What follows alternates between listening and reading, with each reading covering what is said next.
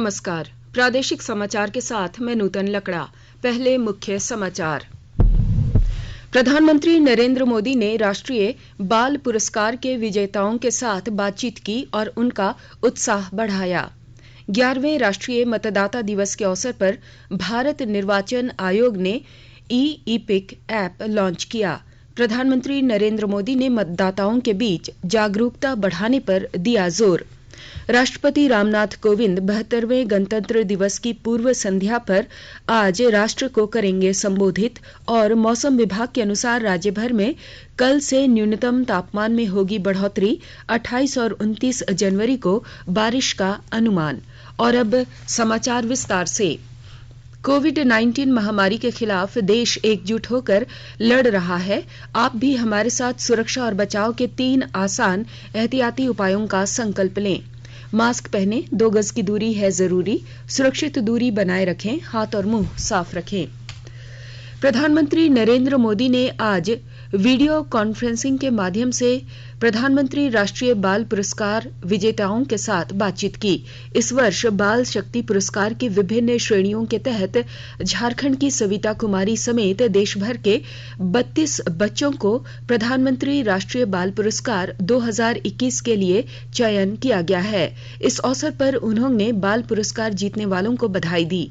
आप सभी को प्रधानमंत्री राष्ट्रीय बाल पुरस्कार जीतने की बहुत बहुत बधाई। प्यारे बच्चों, आपने जो काम किया है, आपको जो पुरस्कार मिला है, वो इसलिए भी खास है क्योंकि आपने ये सब कुछ कोरोना काल में किया है। इतनी कम उम्र में भी आपके ये काम हैरान कर देने वाले हैं। कोई खेल के क्षेत्र में देश का नाम रोशन कर रहा है, कोई तो अभी से ही रिसर्च और इनोवेशन कर रहा है। इस अवसर पर राष्ट्रीय बाल पुरस्कार के लिए चयनित रांची सोनाहातू की सविता कुमारी से प्रधानमंत्री ने बात की। प्यारे बच्चों, हमारे साथ झारखंड की एक बेटी आज है, सविता कुमारी। उन्हें खेलों में उत्कृष्ट प्रदर्शन के लिए ये पुरस्कार मिला है। सविता जी, आप कैसे मन बनाया कि आप आर्चरी या निशानेबाजी, आपको उसमें आगे बढ़ना है? ये विचार कहां से आया? और इसमें आपके परिवार का सपोर्ट तो रहा ही होगा। तो मैं जरूर आपसे सुनना चाहता हूं ताकि देश के बच्चे झारखंड के दूर सुदूर जंगलों में हमारी एक बेटी क्या पराक्रम कर रही है, वो देश के बच्चों को प्रेरणा मिलेगी। बताइए। सर, मैं कस्तूरबा गांधी बालिका विद्यालय में पढ़ाई करती थी, वहीं पे हमको प्रेरणा मिली आर्चरी सीखने का। हाँ, आपने तो देश के लिए मेडल लाना भी शुरू कर दिया है। पूरे देश की शुभकामनाएं आपके साथ है। आगे के लिए आपके मन में क्या लक्ष्य है? कहां तक खेलना है? सर, हमको इंटरनेशनल में गोल्ड मेडल जीतना है, देश के लिए मेडल जीतना है, और नेशनल एंथम जब देश के लिए बजता है तो हमको अच्छा लगता है। देश भर में आज राष्ट्रीय मतदाता दिवस मनाया जा रहा है। इस अवसर पर नई दिल्ली में आयोजित राष्ट्रीय समारोह में राष्ट्रपति रामनाथ कोविंद उपस्थित थे। इस मौके पर भारत निर्वाचन आयोग ने ई-इपिक ऐप लॉन्च किया। इस बार जुड़े नए मतदाता जिनका मतदाता सूची में मोबाइल नंबर लिंक है, वे अपने रजिस्टर्ड मोबाइल पर ई-इपिक ऐप डाउनलोड कर सकते हैं। बाकी मतदाता 1 फरवरी से अपने मोबाइल पर इसे डाउनलोड कर सकते हैं। जिनका नंबर रजिस्टर्ड नहीं है, वे नेशनल वोटर सर्विस पोर्टल और चुनाव आयोग के पोर्टल में मोबाइल नंबर लिंक कर ई-इपिक डाउनलोड कर सकते हैं। ई-इपिक संपूर्ण देश में मान्य है। इस अवसर पर प्रधानमंत्री नरेंद्र मोदी ने कहा है कि राष्ट्रीय मतदाता दिवस एक ऐसा अवसर है जब लोकतांत्रिक ताने बाने को मजबूत बनाने और चुनावों को शांतिपूर्ण ढंग से संपन्न कराने में निर्वाचन आयोग के योगदान की सराहना की जानी चाहिए। एक ट्वीट में श्री मोदी ने कहा कि आज के दिन मतदाताओं का पंजीकरण, विशेषकर युवा मतदाताओं के बीच जागरूकता बढ़ाने की भी आवश्यकता है। इधर राजधानी रांची में भी राज्य स्तरीय कार्यक्रम का आयोजन किया जा रहा है। गणतंत्र दिवस पर भारतीय पुलिस सेवा के अधिकारी अनीश गुप्ता समेत राज्य के 48 अधिकारियों और पुलिसकर्मियों को सम्मानित किया जाएगा। सभी को गणतंत्र दिवस के मौके पर मोरहाबादी मैदान में राज्यपाल मेडल प्रदान करेंगी। श्री गुप्ता को यह पुरस्कार कोल्हान के सबसे बड़े नक्सली संदीप को गिरफ्तार करने के लिए दिया जा रहा है।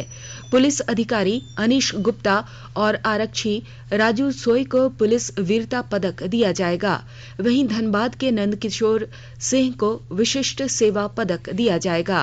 इसके अलावा चाईबासा मुख्यालय डीएसपी सुधीर कुमार, रांची अपराध अनुसंधान विभाग के पुलिस अवर निरीक्षक जयप्रकाश सिंह, रांची जैप 1 के मुक्तिधाम थापा, जैप 3 धनबाद के मानसी हेरेंज, जैप 10 रांची के सहायक अवर निरीक्षक लक्ष्मण कुमार सिंह, प्रेम कुमार, दिनेश प्रसाद, इफ्तिकार खान, गुमला जिले पुलिस बल के सहायक अवर निरीक्षक इश्तियाक अहमद, जैप 1 के हवलदार कैलाश कुमार श्रेष्ठ, चतरा IRB 3 के हवलदार शिवपूजन प्रसाद, चंद्रभानु सिंह, रांची झारखंड जगुआर के भारत गुरुंग, खूंटी जिला पुलिस बल के निस्तार सुंडी, रामेश्वर सिंह यादव, इरकन कुजूर, पुष्पा टोप्पो, जंगल वेलफेयर स्कूल के साइबू बाड़ा, जेरोम बाखला, रांची के सहायक अवर निरीक्षक देवेंद्र कुमार सिंह,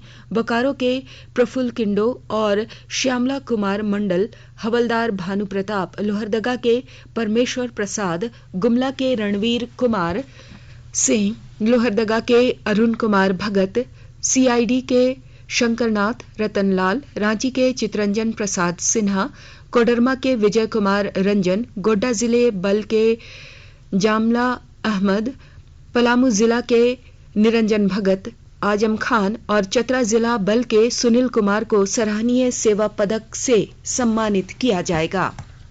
आकाशवाणी के ताजा तरीन समाचारों के लिए आप हमारे वेबसाइट newsonair.com पर लॉग ऑन कर सकते हैं। ताजा समाचार Twitter handle @AIR news alerts और Facebook page All India Radio News पर भी उपलब्ध है। आप प्रादेशिक समाचार एकांश के Twitter handle @AIR News_ Ranchi और Facebook page AIR News Ranchi के अलावा YouTube channel regional news unit Ranchi पर भी हमारे बुलेटिन सुन सकते हैं। प्रादेशिक समाचार आप आकाशवाणी रांची से सुन रहे हैं और अब पेश है कोरोना से बचाव के कुछ संदेश। कोविड-19 से बचाव और सुरक्षित रहने के 3 उपाय। मास्क लगाएं, 2 गज दूरी है जरूरी, सुरक्षित दूरी रखें, हाथ और मुंह साफ रखें।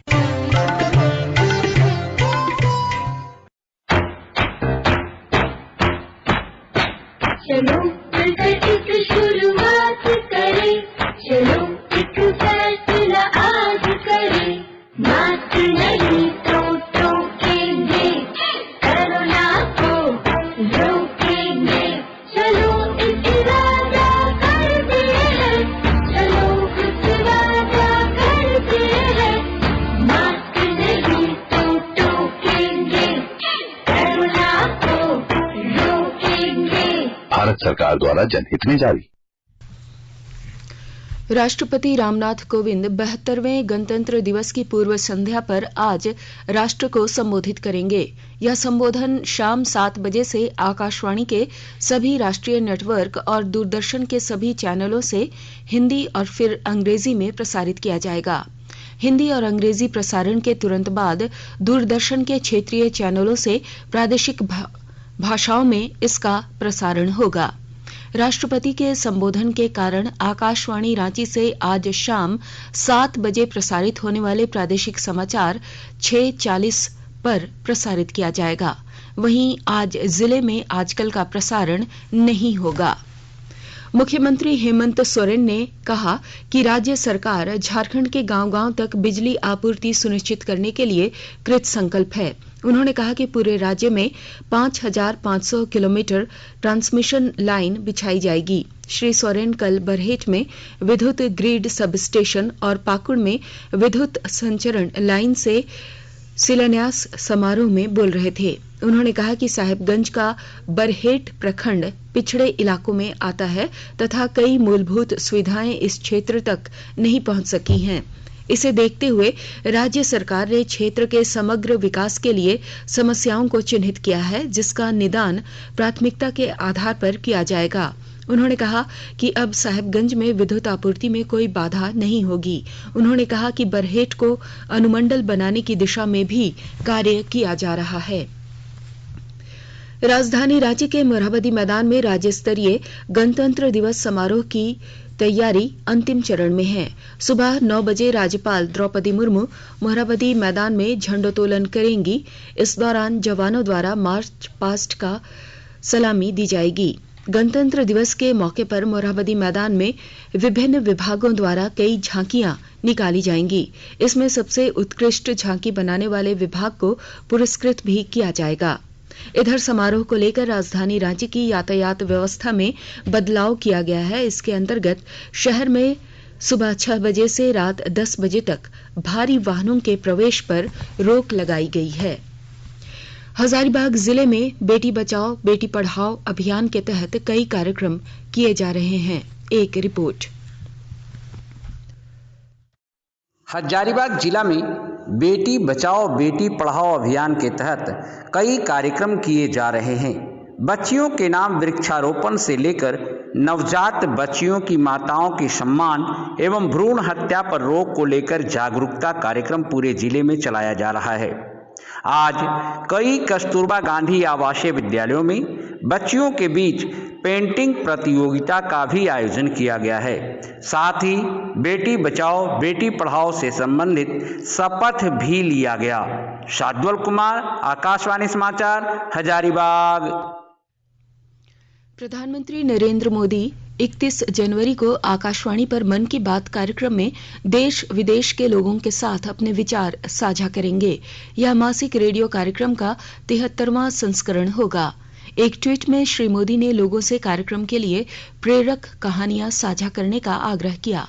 प्रधानमंत्री ने कहा कि वे उनमें से कुछ कहानियों को अपने कार्यक्रम में शामिल भी करेंगे। लोग माई गॉव ओपन फोरम में अपने विचार साझा कर सकते हैं। वे टोल फ्री नंबर 1800-11-7800 पर भी डायल कर सकते हैं और प्रधानमंत्री के लिए अपना संदेश हिंदी या अंग्रेजी में रिकॉर्ड कर सकते हैं। वे 1922 पर मिस्ड कॉल भी दे सकते हैं और 28 जनवरी तक सीधे प्रधानमंत्री को अपने सुझाव देने के लिए SMS में प्राप्त लिंक का उपयोग कर सकते हैं। राजधानी रांची सहित प्रदेश में कल से न्यूनतम तापमान में 3 से 5 डिग्री सेल्सियस की वृद्धि होने की संभावना है। मौसम विभाग के अनुसार पश्चिमी विक्षोभ के कारण न्यूनतम तापमान में बढ़ोतरी होने की उम्मीद है। 26 जनवरी की रात से रांची समेत आसपास के इलाकों में आंशिक बादल छाए रहने का भी अनुमान है और 28 और 29 जनवरी को राज्य के कुछ स्थानों पर हल्के से मध्यम दर्जे की बारिश की भी संभावना है। केंद्र सरकार ने कोविड महामारी के कारण उत्तराखंड में हरिद्वार में होने वाले कुंभ मेले के लिए दिशा निर्देश जारी किए हैं। मेले में शामिल होने के इच्छुक श्रद्धालुओं को उत्तराखंड सरकार के पास अपना नामांकन कराना आवश्यक होगा।